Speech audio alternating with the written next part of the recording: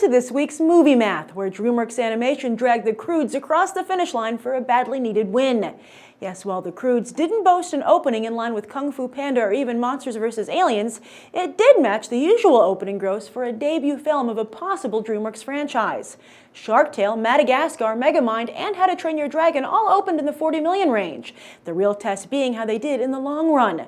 Madagascar and How to Train Your Dragon both made it into the 200 million zone and were granted sequels, while Shark Tale and Megamind only made it to around 150, and so for them that was all Katzenberg wrote. Now in today's cutthroat animation genre, everyone is trying to paint the Croods as a pending flop, saying that with this kind of debut and only 64% on Rotten Tomatoes, the film will perform a la Shark Tale and Megamind. But the Croods did get an A from CinemaScore, and I personally was pleasantly surprised by the flick. So considering that another animated movie doesn't hit theaters until late May with Epic, nor do any family movies in general for that matter, the Croods could cover some serious box office ground in the weeks ahead.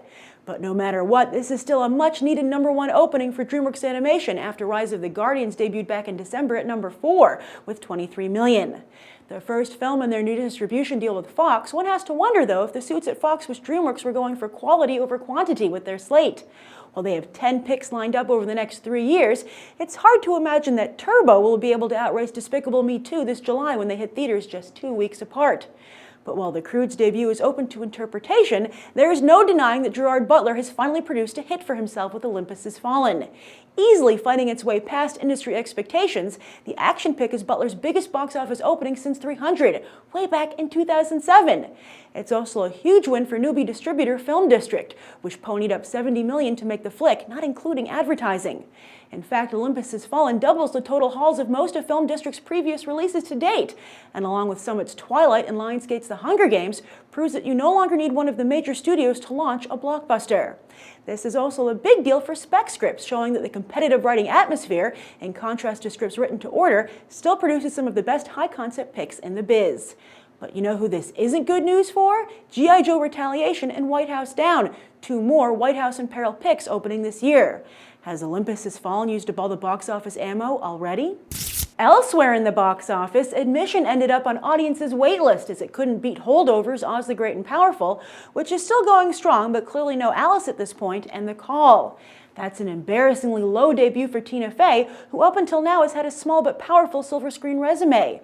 However, it's business as usual for Paul Rudd, who has a very large but wildly uneven silver screen resume. Fey has said she's excited to move on to starring in movies where she doesn't write the script as well, but after this debacle, she might want to reconsider that strategy.